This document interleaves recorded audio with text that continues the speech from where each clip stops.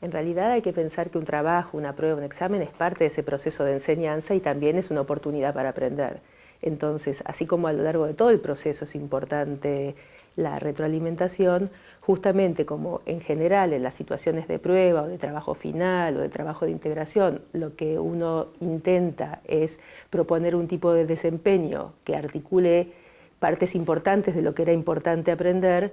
Justamente en esos momentos es más importante la retroalimentación, independientemente del momento del curso que sea. Inclusive muchas veces la instancia de final, de examen final, es una instancia sumamente importante y potente para el aprendizaje, y la retroalimentación con criterios claros en ese momento ayuda a todo lo que es el proceso formativo, porque el proceso formativo es más que la suma de las materias. Entonces, ese momento de retroalimentación es un momento, podríamos decir, crucial para el aprendizaje. Cuando hacemos entrevistas a algunos estudiantes acerca de cómo aprendieron, qué cosas les sirvieron para aprender, muchas veces aparece esta instancia de trabajo final o de incluso de final escrito, como una instancia de lo que llamamos cristalizadora, esa posibilidad de, si la consigna fue interesante y la retroalimentación fue buena, de haber puesto, como dicen los estudiantes, haber puesto junto cosas que antes estaban como separadas. Por lo tanto, yo diría que aún cuando a veces como profesores decimos, bueno, total, ya es el final de la materia, ya entregué la nota, ya no va a ser más mi estudiante o mi alumno, esa instancia de retroalimentación es fundamental. En realidad a veces uno tiene como, los profesores dicen, bueno, ¿qué más puedo decir sobre este trabajo? Y en realidad para poder decir cosas sobre ese trabajo, lo más importante es, antes de que se haya propuesto ese trabajo, poder tener criterios claros, públicos y consistentes con lo que podemos llamar los resultados esperados de aprendizaje o los objetivos, que de alguna manera además los criterios lo que hacen es como abrir qué es lo que se espera, qué es lo que importa para el cumplimiento de ese logro de aprendizaje o para ese objetivo. Cuanto más claros, públicos y compartidos son los criterios, uno tiene más para opinar y conversar sobre el trabajo. Ya no es bien o mal, completo o incompleto, sino en función de, por ejemplo, la articulación interna, en función de la relación entre los conceptos fundamentales, en función de la claridad de las ideas. O sea, cuanto más claros sean los criterios, en términos de qué se espera y qué se espera que se haga con ese conocimiento, uno tiene muchísimos más elementos para dar una buena retroalimentación.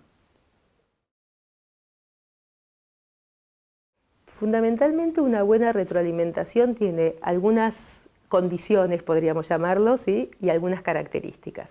Dentro de las condiciones yo diría que la condición fundamental justamente es tener claro el docente y el estudiante cuáles son los logros de aprendizaje que se esperan. Si nosotros tenemos como una meta común entre estudiantes y profesores, seguramente todo el proceso de evaluación va a ser más claro porque lo que estamos mirando es cuándo nos estamos acercando a ese logro esperado. La segunda condición fundamental es tener estos criterios claros, públicos, explícitos, además criterios sobre los cuales se ha conversado, no son criterios impuestos por el docente y que tienen que ser coherentes también con la manera en que se trabajó. Muchas veces se pide en un examen final algo que nunca se trabajó de esa manera durante el curso. Y no es que uno tiene que tomar exactamente lo que trabajó, porque justamente es una instancia superadora, pero el tipo de trabajo que pedimos tiene que haber sido trabajado. Por ejemplo, en el caso de las actividades como la elaboración de un prototipo o como en el caso de actividades donde lo que se espera es un producto final o cuando lo que se espera es un trabajo de investigación, si no fuimos trabajando durante el curso criterios de cómo se desarrollan esos productos que esperamos, es muy difícil poder hacer después una buena retroalimentación. Y estas serían como condiciones, ¿sí? Los criterios claros, tener claras las metas de aprendizaje, esos son condiciones. Y después hay características de una buena retroalimentación. Y una primera es poder poner en común qué es lo que estamos viendo, qué estamos evaluando. Otra muy importante es siempre empezar por las cosas que sí tiene el trabajo. en la educación tenemos como una especie a veces con las mejores intenciones, de primero mirar lo que falta, ¿sí? Y desde lo que falta no es muy fácil poder construir. Distinto es decir, bueno, ¿qué es lo que sí tiene este trabajo? ¿Qué es lo que sí tiene que se adecúa? O sea, lo que llamamos una retroalimentación de valoración positiva.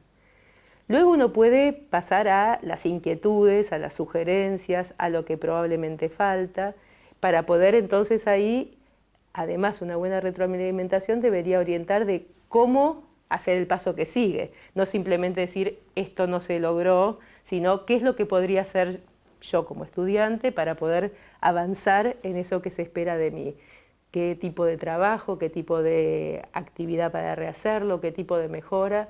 Y entonces yo diría que pensar primero en cuáles son las cosas que sí tiene y apoyarnos desde ahí para en todo caso lo que falta. Y además dar sugerencias de próximas acciones serían condiciones fundamentales de una buena retroalimentación.